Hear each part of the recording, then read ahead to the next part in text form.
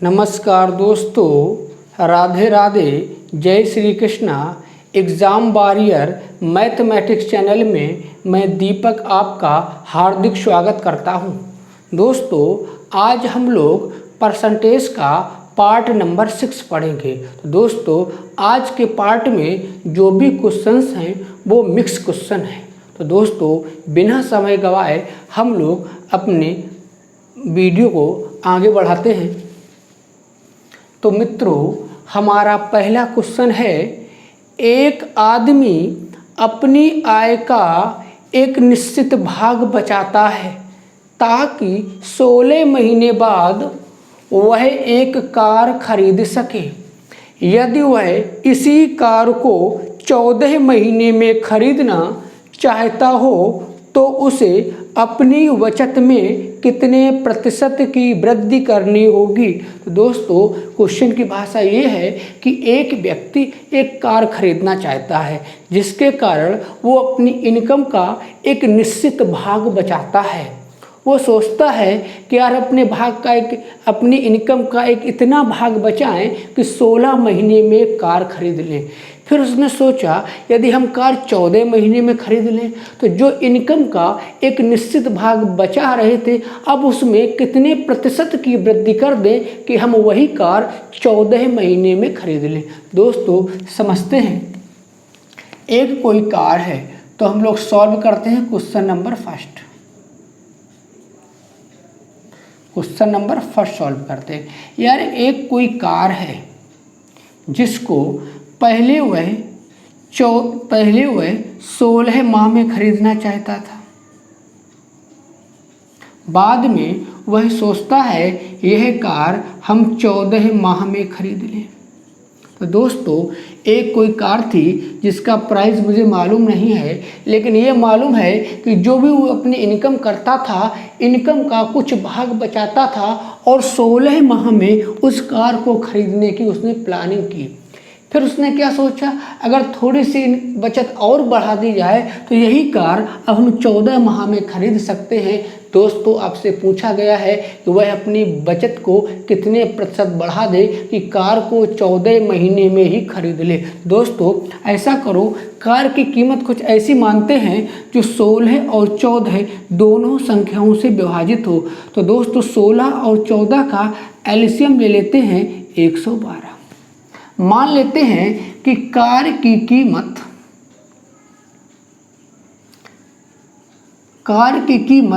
112 रुपये है। माने 112 रुपये की कार है जिसे वह व्यक्ति 16 महीने में खरीद सकता था। तो दोस्तों, अगर 112 रुपये की कार है जिसको 16 महीने में खरीद सकता था तो आप देख सकते हो, एक महीना में 16 सत्ते 112, एक महीना में यदि वह 7 रुपया बचाता है तो 16 महीने में वह 112 रुपये बचा लेगा, जो कि एक कार की कीमत हमने मानी है। तो 16 महीने में वो कार को खरीद लेगा जिसकी कीमत कितनी है, 112 रुपये। अब कहता है यदि वही 112 रुपये वाली कार वह 14 महीने में खरीदना चाहे तो दोस्तों 14 का 12 हम भाग करते हैं, 14 अट्ठे 112, तो एक महीना में उसको 8 रुपये बचाना होगा। तो यहाँ से आपको क्लियर होता है, जब 112 रुपये वाली कार वह 16 महीने में खरीदना चाहता है तो मित्रों एक महीने में 7 रुपये बचा रहा है। यदि वही 112 रुपये वाली कार वह 14 महीने में खरीदना चाहे तो उसे प्रति माह 8 रुपये बचाने होगा। तो दोस्तों, पहले वह 7 रुपये बचा रहा था लेकिन 14 महीने में खरीदने के कारण अब वह 8 बचा रहा है। इसका मतलब है 7 में 1 की वृद्धि कर दी। वो कहता है वो अपनी बचत में कितने प्रतिशत की वृद्धि कर दे। दोस्तों, पहले वो प्रति महीना बचत 7 की कर रहा था, अब वह प्रति महीना बचत कितने की करेगा, 8 की करेगा। तो हम कह सकते हैं 7 में 1 की वृद्धि हुई है। दोस्तों, प्रतिशत वृद्धि बराबर, आपसे पूछा गया है इनकम में कितने प्रतिशत की वृद्धि हुई है। दोस्तों, वृद्धि 1 की हुई है, किसमें, 7 में, गुणे 100, और 1/7 आपको मालूम होना चाहिए, 14 सही 2/7 प्रतिशत। तो दोस्तों, हमारा परफेक्ट आंसर है, यदि वह अपनी इनकम को 14 सही 2/7 प्रतिशत बढ़ा दे तो उसी कार को 14 महीने में खरीद सकता है। तो हमारा परफेक्ट आंसर होगा 14 सही 2/7 प्रतिशत। तो दोस्तों पहला क्वेश्चन हमारा ओवर हुआ। अब चलते हैं हम लोग क्वेश्चन नंबर 2 की तरफ। क्वेश्चन नंबर 2, अब हम लोग क्वेश्चन नंबर 2 को सॉल्व करेंगे। क्वेश्चन नंबर 2 में कहता है यार एक तरबूज में 90% पानी है, कुछ समय बाद केवल 12% पानी शेष बचता है, तो इसका वजन 50 किलोग्राम रह जाता है, तो इसका प्रारंभिक वजन कितना था। दोस्तों इस क्वेश्चन को पहले मैं अपनी भाषा में समझाऊंगा। आपसे क्वेश्चन में कह रहा है कि आपके पास एक तरबूज था जिसमें 90% पानी था। तो दोस्तों यदि 90% पानी है तो तरबूज में 10% फल होगा, जो अंदर फल निकलता है वो 10% होगा। तो एक तरबूज में यदि 90% पानी है तो फल कितना होगा, 10% फल होगा। फिर कहता है कुछ दिन बाद, आपको मालूम है तरबूज जैसे जैसे रखा रहता है वैसा ही उसका पानी सूखने लगता है। तो कह रहा कुछ दिनों के बाद उस तरबूज में 12% पानी रह जाता है और उसका वजन कितने किलो हो जाता है, 50 किलो हो जाता है। तो बताइए इस तरबूज का प्रारंभिक वजन कितना किलो था। तो आइए दोस्तों इस क्वेश्चन को समझते हैं। एक तरबूज था जिसका यार प्रारंभिक वजन मुझे नहीं मालूम है, लेकिन हमें ये मालूम है कि इसमें पानी दिया गया है 90%। इसके बाद बचा हुआ उसमें फल कितना होगा, 10%। अब कहता है इसमें कुछ दिन के बाद दोस्तों पानी कम हुआ होगा, माने पानी सूखा होगा, तब इसका वजन कितना रह जाता है, 50 किलो रह जाता है। 50 किलो वजन रह जाता है और इसका पानी कितना हो जाता है, कह रहा पानी 12% हो जाता है। तो दोस्तों बचा हुआ 88% क्या हो जाता है, फल हो जाता है। बात आई समझ में। एक तरबूज था जिसका प्रारंभिक वेट मुझे मालूम नहीं था, लेकिन ये ज़रूर मालूम था कि इसमें 90% पानी है। अगर इस तरबूज में 90% पानी है तो शेष बचा हुआ 10% क्या होगा, उसमें फल होगा। कुछ दिन के बाद फिर कहता पानी कम हो जाता है तो उसका वजन कितना हो जाता है, 50 किलोग्राम रह जाता है। आपसे कहता है जब उसका वजन 50 किलोग्राम रह जाता है तो उसमें पानी सिर्फ 12% रह जाता है, तो बचा हुआ कितना 88% क्या हो जाता है, फल हो जाता है। दोस्तों सबसे पहले यहाँ से हम लोग काट लेते हैं, इसको 4 से काटते हैं। 4 तिया 12, 4 दूनी 8, 4 दूनी 8। यहाँ से आपने देखा, मान लिया पानी आपका 3 हिस्सा है और फल आपका 22 हिस्सा है। यदि पानी का 3 हिस्सा है, फल का 22 हिस्सा है, तो टोटल योग कितना होगा, 22 और 3 25। टोटल वेट कितना होना चाहिए, अगर पानी का 3 भाग है और फल का 22 भाग है तो दोनों को मिलाकर तरबूज का भाग कितना होना चाहिए, 22 और 3 25 भाग। लेकिन तरबूज का कितना वेट है, 50 किलो। तो हम कह सकते हैं 25 बराबर 50 किलो के 25 से कम 25, 25 दूनी 50, 1 यूनिट का मान 2 किलो के बराबर है। तो दोस्तों ये 6 यूनिट है, 3 यूनिट है। 1 यूनिट का मान 2 किलो के बराबर है, ये 3 यूनिट है। 3 यूनिट का मान 6 किलो के बराबर होगा। इसी प्रकार 1 यूनिट का मान 2 किलो के बराबर है, तो हमने 22 यूनिट माना है, 22 यूनिट का मान 44 किलो के बराबर है। दोस्तों तो हमें पता चल गया है कि इस फल में, इस 50 किलो के फल में 6 किलो पानी रह गया है और 44 किलो क्या हो गया है, फल हो गया है। यहाँ तक किसी मित्रों को कोई दिक्कत नहीं होनी चाहिए। अब दोस्तों यहाँ पर भी रेशियो देख लेते हैं। यहाँ पर रेशियो 9:1 का मिला। अब बहुत ध्यान से समझिएगा, क्वेश्चन में क्या सूख रहा है, पानी सूख रहा है। तो फल की मात्रा दोस्तों कांस्टेंट रहनी चाहिए, फल की मात्रा में परिवर्तन नहीं होना चाहिए, क्योंकि जैसे जैसे तरबूज रखा रहा उसका पानी कम होता गया, माने सूखता गया। तो लेकिन उसमें फल की मात्रा कम नहीं होनी चाहिए। तो यहाँ पर फल कितना है, 44 किलो। लेकिन यहाँ पर फल पहले कितना है, 1 किलो। लेकिन फल की मात्रा चेंज नहीं होनी चाहिए। अगर ये 44 किलो फल है तो यहाँ पर भी फल 44 किलो ही होना चाहिए। दोस्तों 1 किलो की जगह यहाँ कितना होना चाहिए, 44 किलो। तो हमें क्या करना है, इस 1 में 44 का गुणा करेंगे। अगर 1 में 44 का गुणा करेंगे तो इधर भी 9 में 44 का गुणा हो जाएगा। दोस्तों इसको हल कर लेते हैं। 9 चौको 36, 9 चौको 36, 37 38 39। तो यहाँ पर 396 kg आपका पानी है। यहाँ से आप देख सकते हो 44 किलो फल है। दोस्तों आपने देखा प्रारंभ में 396 किलो पानी है और फल कितना है 44 किलो। आपसे पूछा गया है पूरा तरबूज का वेट कितना है, प्रारंभिक वजन कितना था।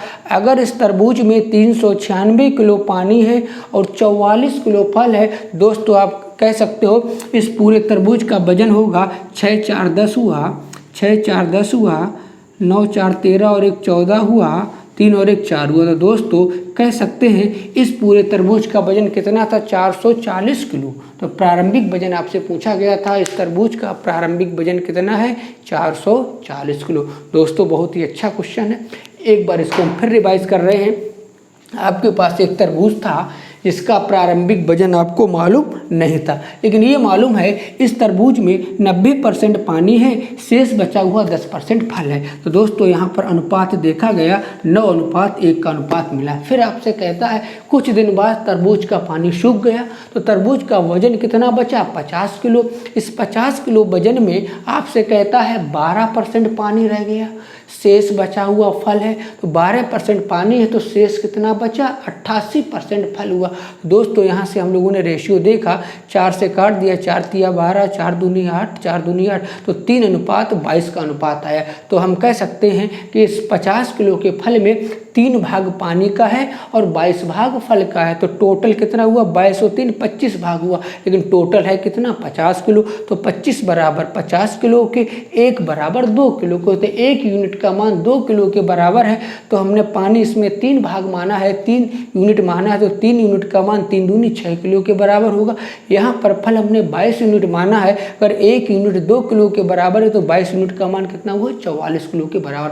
लेकिन मित्रों इस क्वेश्चन में पानी सूख रहा था, फल की मात्रा नहीं सूख रही थी, फल की मात्रा सेम थी, पानी उसमें से सूख रहा था, तो फल की मात्रा चेंज नहीं होनी चाहिए थी। यहाँ पर फल कितना निकला 44 किलो, तो यहाँ पर भी फल कितना होना चाहिए था 44 किलो होना चाहिए था। दोस्तों यहाँ पर हमें 9 और 1 का अनुपात मिला था, यहाँ पर फल 1 किलो ना होकर कितना आना चाहिए 44 हिस्सा आना चाहिए था। तो हमने क्या किया 1 में 44 का गुणा किया, तो इधर भी 9 में 44 का गुणा हो जाएगा। तो 9 में 44 का गुणा किया 396 kg आया, 1 में 44 को गुणा किया 44 किलो हो गया। अब यहाँ पर देखिए दोस्तों फल आपका 44 किलो है और बाद में भी फल कितना बचा 44 किलो ही बचा, इसलिए फल की मात्रा कैसी होगी कांस्टेंट हो गई। पानी की मात्रा क्या है बदल लेगी क्योंकि फल सूख रहा है। दोस्तों तो यहाँ पर आप देख सकते हो 396 किलो पानी था इस फल में, 44 किलो फल था। तो टोटल आपने तरबूज की मात्रा निकाली 396 + 44, टोटल तरबूज कितना था 440 किलो का तरबूज था। दोस्तों आप क्वेश्चन क्लियर हुआ होगा। इसका परफेक्ट आंसर है प्रारंभिक वेट पूछा गया था, प्रारंभिक वजन पूछा गया था 440 किलो। अब चलते हैं क्वेश्चन नंबर 3 की तरफ। क्वेश्चन नंबर 3 में कहता है एक गांव की जनसंख्या 10,000 थी, यदि पुरुषों की संख्या 5% तथा स्त्रियों की संख्या 6% बढ़ रही हो तो यह जनसंख्या 1 वर्ष बाद, ये जनसंख्या 1 वर्ष की, यह जनसंख्या 1 वर्ष बाद 10,540 हो जाती है तो गांव में महिलाओं की संख्या कितनी थी। तो दोस्तों आपसे कह रहा है प्रारंभ में एक गांव में 10,000 लोग रहते थे। एक गांव था जिसमें 10,000 लोग रहते थे, इसमें कौन कौन से थे मेन थी और वुमेन्स थे, आदमी थे और औरत थे। आपसे कहता है कि पुरुषों में 5% की वृद्धि हो रही है और महिलाओं में 6% की वृद्धि हो रही है, लेकिन 1 वर्ष बाद जब देखा गया तो जनसंख्या 10,540 हो गई। तो यहाँ से आप कह सकते हो पहले 10,000 लोग थे, 1 वर्ष बाद 10,540 लोग हो गए। इसका मतलब है 1 साल में 540 लोग बढ़ गए। अब आप देख सकते हो 1 साल में 540 लोग बढ़े, जिसमें 10,000 में प्रतिवर्ष 10,000 में 5% वार्षिक पुरुष बढ़ रहा है, उन्हीं 10,000 में 6% वार्षिक महिलाएं बढ़ रही हैं। यदि दोस्तों इस 10,000 में पुरुष 5% बढ़ रहे हों तो 10,000 का 5% कितना होगा 500। तो हम कह सकते हैं पुरुषों की संख्या 500 बढ़ रही। अब आ जाओ महिलाओं की। अगर महिलाओं की देखा जाए 10,000 में से 6% मान लें, पूरे 10,000 लोगों में 6% महिलाएं बढ़ रही हों, 10,000 लोगों में 6% महिलाएं बढ़ रही हों, तो यहाँ से आप देख सकते हो 600 महिलाओं की वृद्धि होगी। आप देख सकते हो पुरुषों में यदि 5% की मान लेते हैं कि 10,000 पुरुष हैं, 10,000 पुरुष हैं तो 5% पुरुष बढ़ेंगे, कितना हो जाएगा? 500 हो जाएगा एक साल में। यदि मान लो पूरे 10,000 महिलाएं हैं जिनका 6% बढ़ रहा है, 10,000 का 6% 600, तो एक साल में 600 महिलाएं बढ़ेंगी। लेकिन वास्तव में पुरुष और महिला मिलाकर कितने बढ़े? 540। तो पुरुष और महिलाओं में 540 की वृद्धि हुई है। तो एलिगेशन लगा देते हैं, 600 में 540 घटाएंगे 60 बचेगा, 500 में से 540 घटाएंगे 40 बचेगा, 20 से काट दो, 20 या 60, 20 दूनी 40। तो मित्रों हमारा पुरुष और महिलाओं में अनुपात प्राप्त हुआ है 3:2। माने पुरुषों की संख्या हमने 3 यूनिट मानी, महिलाओं की संख्या हमने 2 यूनिट मानी। तो 3 और 2 कितना होता है? 5। 5 बराबर 10,000 की टोटल संख्या हमारी कितनी थी? 10,000, जिसमें पुरुषों की संख्या हमने कितनी निकाली? 3 यूनिट, और महिलाओं की संख्या कितनी निकाली? 2 यूनिट। तो 3 और 2 टोटल कितने हुए? 5। टोटल कितने थे? 10,000। तो हम कह सकते हैं 5 बराबर 10,000 लोगों के, 5 एकम 5, 5 दूनी 10, 1 यूनिट बराबर 2,000 लोगों के, तो 3 यूनिट बराबर 3 दूनी 6,000 लोगों के, 2 यूनिट बराबर 2 दूनी 4,000 लोगों के। तो आपसे पूछी गई है कि गांव में महिलाओं की संख्या कितनी है? तो मित्रों महिलाओं की संख्या महिलाओं के नीचे होगा, तो हमारा परफेक्ट आंसर हो गया 4,000। तो कह सकते हैं इस 10,000 लोगों में 10,000 लोगों में 6,000 पुरुषों की संख्या है और शेष बची हुई 4,000 महिलाओं की संख्या। तो आपसे पूछा गया था इस गांव में कुल कितनी महिलाएं थीं? तो प्रारंभ में कितनी महिलाएं थीं? 4,000 महिलाएं थीं। पुरुष पूछे जाएं तो पुरुष कितने थे? 6,000 पुरुष थे। दोस्तों आपको क्वेश्चन समझ में आया होगा। ये हमारा एलिगेशन तरीके से क्वेश्चन हल हुआ है। ठीक है, तो इसको हटाते हैं।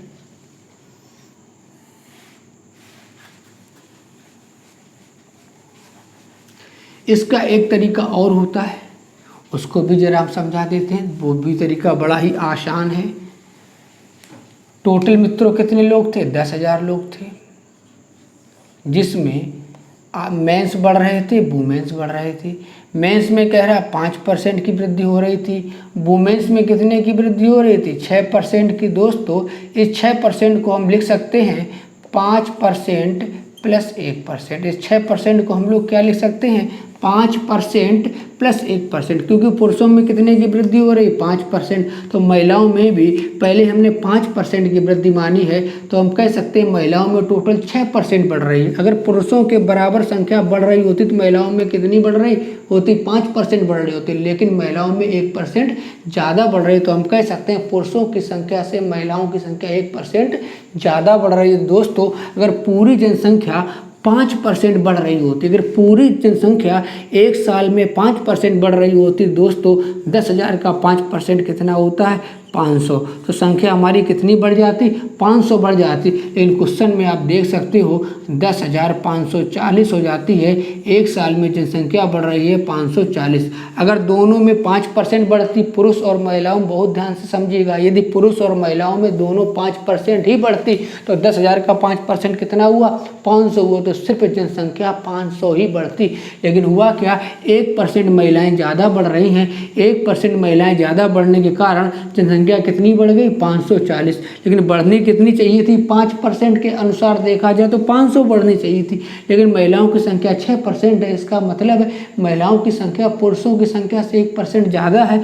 तो 1% ज़्यादा होने के कारण टोटल कितनी जनसंख्या बढ़ी? 540। तो हम कह सकते हैं 500 बढ़नी चाहिए थी, लेकिन बढ़ी है 540। तो ये 40 महिलाएं, जो 40 जनसंख्या अधिक बढ़ी है। क्यों बढ़ी है? क्योंकि महिलाओं की संख्या 1% ज़्यादा है। तो 1% का मान 40 महिलाओं के बराबर है।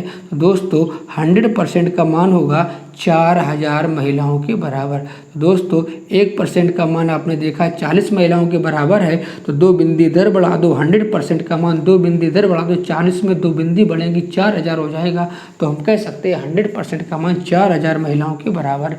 दोस्तों आप इसमें भी देख सकते हो महिलाओं की संख्या कितनी है, 4000 है। तो आपको क्वेश्चन क्लियर हुआ होगा। बेहद ही आसान क्वेश्चन है। और समझिएगा जरा, 10,000 लोग थे, एक वर्ष बाद 10,540 हो गए। क्यों हो गए? क्योंकि 5% पुरुष बढ़े और 6% महिलाएं बढ़ी। जरा विचार करो, अगर पुरुष 5% बढ़ते और महिला भी 5% बढ़ते, टोटल जनसंख्या में कितनी वृद्धि? 5% की वृद्धि होती। लेकिन हुआ क्या, पुरुष तो 5% बढ़े, महिला भी 5% बढ़नी चाहिए थी, लेकिन महिला बढ़ गई 6%, पुरुषों से कुछ ज़्यादा बढ़ गई। अगर जनसंख्या 10,000 थी, पूरी जनसंख्या में केवल 5% की वृद्धि होती तो एक साल में 500 ही लोग तो बढ़ते, लेकिन वास्तव में एक साल में बढ़े कितने? 540 लोग। इसका मतलब है 40 लोग एक्स्ट्रा बढ़े। क्यों एक्स्ट्रा बढ़े? क्योंकि 1% महिलाएं पुरुषों से ज़्यादा बढ़ रही हैं। तो 1% का मान 40 महिलाओं के बराबर है, तो 100% का मान किसका हुआ? 4000 महिलाओं के बराबर। दोस्तों तो दूसरा भी तरीका आपका ये था, इसमें भी उत्तर वही आएगा, 4000 महिलाएं आई, तो बचे हुए 10,000 में कितने बचे? 6000। पुरुषों की भी संख्या पूछ देता तो महिलाओं की हमें 4000 मालूम चल चुकी है। टोटल संख्या 10,000 थी, 10,000 में यदि 4000 महिलाएं हैं तो बचे हुए 6000 क्या होंगे? पुरुषों के। दोस्तों ये भी क्वेश्चन आपको क्लियर हुआ होगा। अब हम चलते हैं क्वेश्चन नंबर 4 की तरफ। क्वेश्चन नंबर 4 में कहता है, एक गांव की जनसंख्या प्रतिवर्ष 5% बढ़ती है। यदि गांव की वर्तमान जनसंख्या 4410 हो तो 2 वर्ष पूर्व जनसंख्या कितनी थी? कह रहा है एक गांव की जनसंख्या हर वर्ष 5% बढ़ती थी। यदि आज जनसंख्या 4410 हो तो आज से 2 वर्ष पहले की जनसंख्या कितनी थी? दोस्तों इसको जरा हम लोग फ्रैक्शन से लगाते हैं तो कह रहा है जनसंख्या में 5% की वृद्धि होती है। तो 5% की भिन्न मित्रों सभी को पता है 1/20 होता है। तो मान लेते हैं कि आज, बहुत ध्यान से समझिएगा, आपसे पूछा गया 2 वर्ष पहले की बात, तो यहाँ ले लेते हैं वर्तमान जनसंख्या, इधर लिखते हैं 2 वर्ष पहले, 2 वर्ष पहले। ये हमारी वर्तमान संख्या है, ये आपकी 2 वर्ष पहले की जनसंख्या है। तो दोस्तों आप देख सकते हो 2 वर्ष पहले यदि 20 लोग हैं, 2 वर्ष पहले यदि 20 लोग हैं तो 2 वर्ष पहले यदि 20 लोग थे तो 20 का 5% 1 हुआ, तो 2 वर्ष पहले यदि 20 लोग थे तो पहली साल में 20 में 1 बढ़ा तो वर्तमान में कितने हो गए? 21। लेकिन क्वेश्चन 2 वर्ष का है, दोबारा फिर यही प्रोसेस हुआ होगा कि प्रत्येक वर्ष कितना बढ़ रहा? 5%, प्रत्येक वर्ष 5% बढ़ रहा। तो पहले वर्ष में 20 लोग होंगे, 1 बड़ा होगा, कितना हुआ? 21 हुआ। दूसरी साल में भी फिर यही हुआ होगा कि फिर कितने होंगे? 20 लोग होंगे, 20 में कितना बढ़ेगा? 21 बढ़ेगा, क्योंकि प्रत्येक वर्ष 5% बढ़ रहा है। तो 5% का भिन्न 1/20 हुआ। यदि मान लेते हैं जनसंख्या 20 है तो 1 वर्ष बाद 1 बढ़ जाएगी, कितनी हो जाएगी? 21 हो जाएगी। उसी प्रकार से दूसरे वर्ष में भी 5% बढ़ा, क्योंकि क्वेश्चन कितना है? 2 वर्ष का है, तो 2 बार लेना पड़ेगा। दोबारा फिर 5% बढ़ा तो 20 में 1 बढ़ा 21 हुआ। तो आप देख सकते हो यहाँ पर गुणा करके 20 × 20 आपका 400 है, 21 × 21 आपका 441 है। तो ये वर्तमान जनसंख्या है, ये 2 वर्ष पहले की जनसंख्या है। तो वर्तमान जनसंख्या हमारी 441 है, 2 वर्ष पहले की जनसंख्या हमारी 400 है। लेकिन क्वेश्चन में देखिएगा वर्तमान जनसंख्या कितनी है? 410 है, लेकिन हमने यहाँ वर्तमान जनसंख्या कितनी मानी है? 441 मानी है। क्वेश्चन में वर्तमान जनसंख्या कितनी है? 410 है। तो हम कह सकते हैं 441 बराबर, क्वेश्चन में कितनी दी गई है? 410 लोगों की, तो काट सकते हैं 441 एकम 441, तो 1 यूनिट का मान 10 लोगों के बराबर है। तो यहाँ पर जनसंख्या हमने 400 मानी है, तो 400 बराबर 400 × 10, दोस्तों आंसर हो जाएगा 4000 लोग। तो हम कह सकते हैं 2 वर्ष पहले इस गांव में 4000 लोग थे। दोस्तों आपको क्लियर हुआ होगा। वैसे भी डायरेक्ट कर सकते थे, आप देख सकते थे वर्तमान जनसंख्या कितनी है 4410। यहाँ पर वर्तमान जनसंख्या हमने कितनी मानी है 441। यदि एक बिंदु इधर बढ़ा दो, एक बिंदु इधर बढ़ा दो, तो ये आज की जनसंख्या 4410 हो जाएगी। ये कितनी हो जाएगी 4000 हो जाएगी। दोस्तों बड़ा ही आसान क्वेश्चन है, तो आपको ये क्वेश्चन क्लियर हुआ होगा। इसका परफेक्ट आंसर है 4000। तो आपसे 2 वर्ष पहले की जनसंख्या पूछी गई थी। 2 वर्ष पहले की जनसंख्या कितनी है 4000 है। दोस्तों ये भी क्वेश्चन आपको क्लियर हुआ होगा। सीधी सी बात है, एक गांव की जनसंख्या 5% प्रतिवर्ष बढ़ रही है, तो पहले साल में भी 5% बढ़ी है, दूसरे साल में भी 5% बढ़ी है। 5% का फ्रैक्शन कितना होता है 1/20। तो पहले साल में 20 लोग थे, 20 का 5% 1 होगा, तो 20 में 1 बढ़ गया 21 हो गया। दूसरे साल में भी यही प्रोसेस हुआ हो, क्योंकि क्वेश्चन 2 वर्ष का है। दूसरे साल में भी 20 लोग होंगे, 1 बढ़ गया 21 हो गया। तो आप गुणा करके देखिए 20 × 20 कितना हुआ 400, 21 × 21 441। तो ये आपकी प्रारंभिक संख्या है, मैंने 2 साल पहले की। ये वर्तमान जनसंख्या है 2 वर्ष बाद की। तो आज कितनी है 2441 है। 2 वर्ष पहले कितनी थी 400 थी। क्वेश्चन में आज की जनसंख्या दी है 4410। हमने कितनी मानी 441। 441 बराबर 4410 के। 441 से कम 441, एक बिंदी बची, तो 1 यूनिट का मान 10 लोगों के। तो हमने 2 वर्ष पहले की जनसंख्या 400 मानी है, तो 400 बराबर 400 × 10 आंसर हो जाएगा 4000।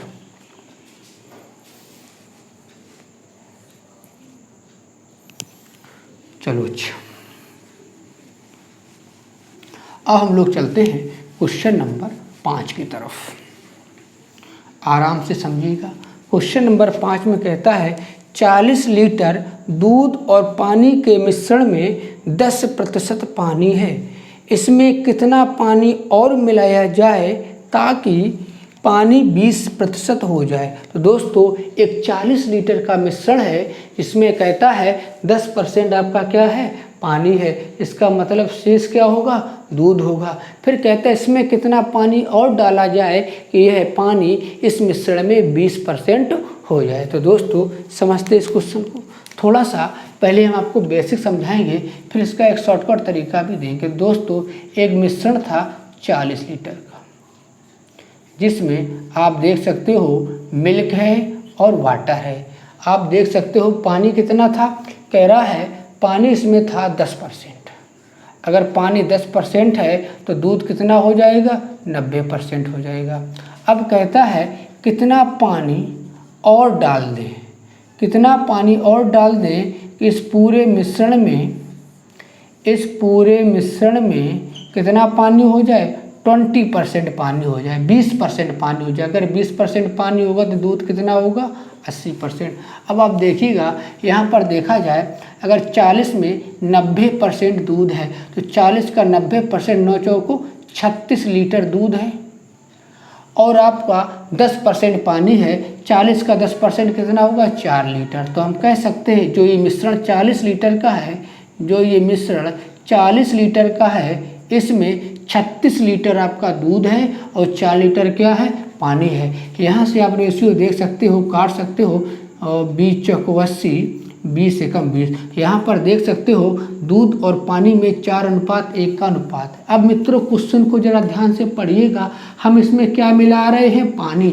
अगर किसी मिश्रण में दूध और पानी के मिश्रण में हम पानी मिला रहे हैं तो दूध का परसेंटेज तो परिवर्तित होगा, लेकिन दूध की मात्रा कांस्टेंट रहेगी। तो दोस्तों यहाँ पर दूध आपका कितना है 36 लीटर है, यहाँ पर दूध कितना है 4 लीटर है। इसका मतलब है दूध की मात्रा बदलनी नहीं चाहिए, दूध की मात्रा कांस्टेंट रहनी चाहिए। अगर यहाँ 36 लीटर दूध है तो यहाँ पर भी 36 लीटर दूध होना चाहिए। तो दोस्तों अगर यहाँ 36 लीटर दूध है तो यहाँ पर भी 36 लीटर दूध होना चाहिए, क्योंकि दूध की मात्रा नहीं बदलेगी, सिर्फ हमने इसमें पानी मिलाया है, पानी की मात्रा ही चेंज होगी। दोस्तों यहाँ पर 36 लीटर बनाने के लिए हमें 9 का गुणा करना पड़ेगा, 9 का इधर भी गुणा करना पड़ेगा, 9 चौको 36। तो आप देख सकते हो 9 चौको 36, ये 36 लीटर दूध हो गया। इधर 9 एकम 9 और 9 लीटर पानी हो गया। दोस्तों पहले भी 36 लीटर दूध था, बाद में भी 36 लीटर दूध है। दूध की मात्रा कैसी है? कांस्टेंट है, तो जो दोनों कैसी हो गई? समान हो गई। तो पहले दोस्तों पानी कितना था? 4 लीटर, अब पानी कितना हो गया? 9 लीटर। तो हम कह सकते हैं इस मिश्रण में पहले पानी 4 लीटर था, अब पानी 9 लीटर हो गया है। इसका मतलब 5 लीटर पानी क्या हो गया? बढ़ा दिया गया। दोस्तों इसका परफेक्ट आंसर होगा कि पानी को 5 लीटर की हमने वृद्धि कर दी। तो आपसे पूछा गया था पानी कितने लीटर और बढ़ा दिया जाए, तो यहाँ पर परफेक्ट आंसर होगा पानी 5 लीटर और बढ़ा दिया जाए तो पानी की मात्रा 20% हो जाएगी। किसी विद्यार्थी को कोई दिक्कत नहीं होनी चाहिए। फिर समझा देते हैं। 40 लीटर दूध और पानी का मिश्रण है, इसमें 90% दूध है।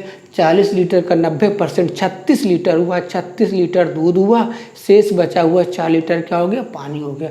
अब इसमें कितना पानी और मिलाया जाए कि पानी में 80% दूध हो जाए और 20% क्या हो जाए? पानी हो जाए। तो 80-20 का रेशियो दोस्तों 4:1 का अनुपात है। यहाँ पर हमने देखा प्रारंभ में दूध हमारा 36 लीटर है, पानी 4 लीटर है, लेकिन यहाँ पर दूध कितना बचा? 4 यूनिट बचा और पानी 1 यूनिट बचा, जबकि हम इसमें सिर्फ पानी मिला रहे हैं। दूध की मात्रा नहीं परिवर्तित होनी चाहिए, दूध की मात्रा सेम रहनी चाहिए। तो यहाँ पर 36 लीटर है, तो यहाँ पर भी क्या करना चाहिए? 36 लीटर ही मात्रा रहनी चाहिए। तो 9 जो 4 में कितने का गुणा करें कि यहाँ 36 हो जाए? तो 4 में 9 का गुणा करें। अगर 4 में 9 का गुणा इधर करेंगे तो 1 में भी 9 का गुणा हो जाएगा। तो 9 चौको 36, 9 एकम 9। दोस्तों प्रारंभ में दूध हमारा कितना था? 36 लीटर, बाद में भी कितना रहा? 36 लीटर, क्योंकि दूध हमारा कैसा है? कांस्टेंट है। तो आप देख सकते हो पानी पहले कितना था? 4 लीटर, अब पानी कितना हो गया? 9 लीटर। इसका मतलब है पानी अब 5 लीटर आपने बढ़ा दिया। तो हमारा परफेक्ट आंसर है 5 लीटर। तो इसका एक शॉर्टकट तरीका भी होता है। शॉर्टकट तरीका ये होता है कि प्रारंभ में मिश्रण कितना था? 40 लीटर था। हमें मालूम चल रहा है कि इस क्वेश्चन में पानी की मात्रा चेंज हो रही है, दूध की मात्रा नहीं बदल रही है, क्योंकि दूध की मात्रा कैसी है? कांस्टेंट है। तो इस क्वेश्चन को हम हमेशा कांस्टेंट मान से ही हल करते हैं। तो आप देख सकते हो मिश्रण कितने का था? 40 लीटर का था, और मिश्रण को हमेशा कांस्टेंट मान से ही हल करेंगे। कांस्टेंट मान किसका है? दूध का। तो इस क्वेश्चन को हम दूध से ही हल कर देंगे। तो प्रारंभ में कितने लीटर मिश्रण था? 40 लीटर। इसमें दूध कितना है? 90%। फिर दूध कितना हो जाता है? 80%। दोस्तों इसको काट सकते हैं, 40 एकम 40, 40 दूनी 80, 90 को काट दो 2 से, 45 लीटर। दोस्तों पहले मिश्रण कितना था? 40 लीटर का, अब मिश्रण कितना हो गया? 45 लीटर का। यहाँ से भी देख सकते हो तो मिश्रण में कितनी मात्रा बढ़ गई? 5 लीटर बढ़ गई। ऐसे समझ लो, 2 तरीके हैं। ये बहुत ही शॉर्टकट तरीका होता है। इसमें हमेशा एक बात ध्यान रखो, जो वैल्यू कांस्टेंट है उसी से क्वेश्चन को हम उठाकर हल कर देते हैं। यहाँ पर दूध कांस्टेंट है, पानी बदल रहा है क्योंकि पानी की मात्रा बढ़ा रहा है। तो आपको क्लियर हुआ होगा। एक ये तरीका है ऊपर वाला, दूसरा तरीका आपका ये नीचे वाला है। दोस्तों ये तरीका थोड़ा सा आपका बेसिक था, तो हमने एक एक चीज़ आपको समझाई। ये शॉर्टकट था। प्रारंभ में हमारा 40 लीटर मिश्रण था, जिसमें हमें कांस्टेंट मान उठाना है। कांस्टेंट मान किसका है? दूध का। तो दूध पहले कितना था? 90%, बाद में कितना हो गया? बटे में 80% काट दिया, तो आपका जो मिश्रण आया कितना है? 45। ये मिश्रण कौन होता है दोस्तों? ये मात्रा निकल के आती है। तो यहाँ से जो मात्रा निकल के आती है वो कौन होती है? ऊपर वाली मात्रा निकल के आती है। तो अब मिश्रण कितना है? 45 लीटर। पहले मिश्रण कितना था? 40 लीटर। दोस्तों आप जोड़ कर देख सकते हो, पहले मिश्रण 40 लीटर था, अब 45 लीटर हो गया। इसका मतलब है पानी कितना बढ़ाया गया? 5 लीटर पानी बढ़ाया गया। तो दोस्तों हमने दोनों ही तरीके बता दिए। शॉर्टकट, ये बेहद ही शॉर्टकट तरीका, ये थोड़ा सा बेसिक तरीका है। तो दोस्तों आपको ये क्वेश्चन क्लियर हुआ होगा। अब चलते हैं क्वेश्चन नंबर 6 की तरफ। क्वेश्चन नंबर 6, क्वेश्चन नंबर 6 में कहता है, एक आदमी अपने वेतन का 75% खर्च करता है। यदि उसकी आय 20% बढ़ जाए और खर्च 6 से ही 2/3% बढ़ जाए तो उसकी बचत में कितने प्रतिशत की वृद्धि होगी? दोस्तों हम यहाँ पर आय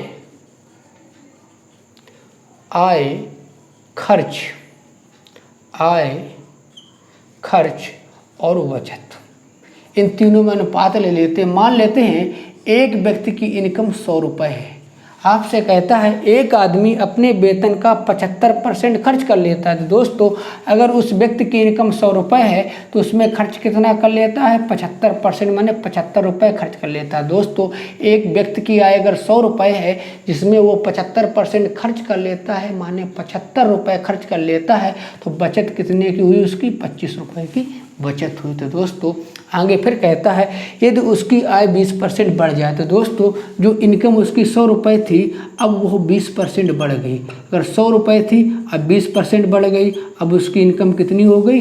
120 रुपये हो गई। फिर कहता है तो उसका खर्च भी 6 से ही 2/3% बढ़ जाता है। तो उसका ये खर्च है 6 से ही 2/3% बढ़ जाता है। 6 से ही 2/3% बढ़ जाता है। 6 से ही 2/3 का मतलब कितना होता है? 1/15। फ्रैक्शन आपको याद होना चाहिए इसको। तो उसका खर्च 6 से ही 2/3% बढ़ जाता है, यानी उसका खर्च 1/15 बढ़ जाता है। तो 75 का 1/15 निकालोगे तो 15 पना 75 कितना हो जाएगा? 5 हो जाएगा। अगर 75 का 6 से ही 2/3% यानी 1/15 निकालोगे तो 15 पना 75। अब उसका खर्च कितना बढ़ गया? 5 रुपया।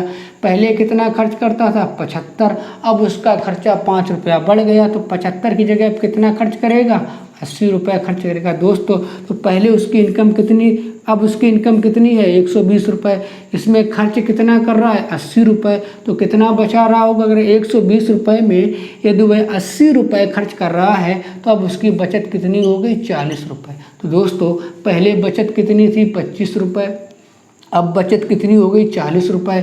तो कितनी बढ़ गई? आप कहोगे सर उसकी 15 रुपये। अब बचत पहले से बढ़ गई। आपसे पूछा गया है उसके बचत में कितने प्रतिशत की वृद्धि हुई है। तो आप देख सकते हो पहले कितना बचा रहा था? 25 रुपया। अब कितना बचा रहा? 40 रुपया। तो बचत में कितने की वृद्धि होगी? 15। 15/25 गुणे 100, 25 चौको 100, 15 चौको 60। तो दोस्तों अब उसके बचत में 60% की क्या हो गई?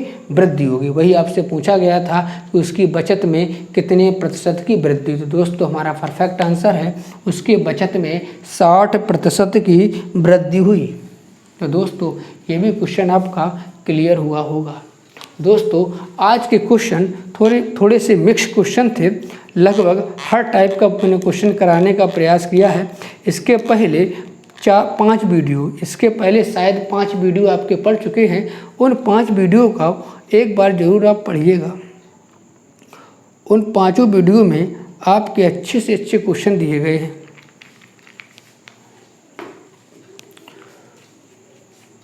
तो दोस्तों पढ़ते रहिएगा। थोड़ी सी मार्कर में इंक डाल लें, इसके बाद अगला क्वेश्चन हम आपको समझाते हैं।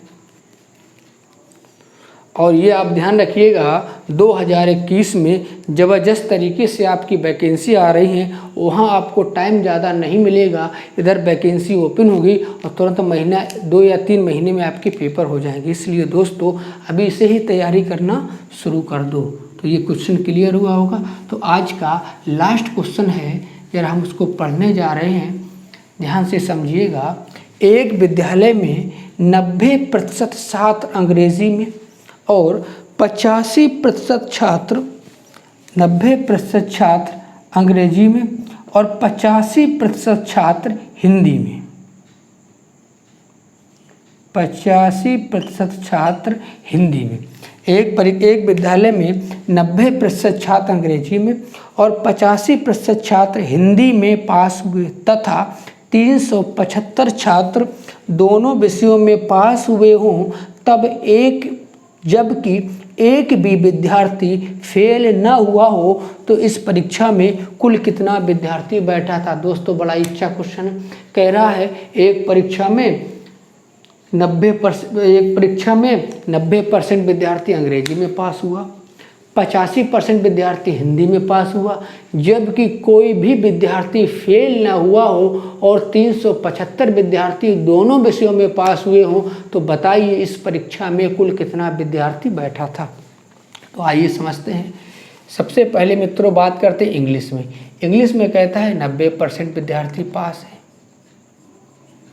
इसके बाद बात होती है हिंदी में। हिंदी में आपसे कहता है 85% विद्यार्थी पास है।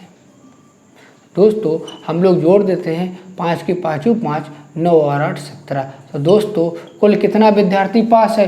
कुल 75%, 100। कुल कितना विद्यार्थी पास है? कुल 175% विद्यार्थी पास है। वैसे भी हम लोगों को मालूम है कोई भी संख्या अपने में कैसी होती है? 100% होती है। लेकिन यहाँ पर टोटल कितने परसेंट पास आ रहे हैं?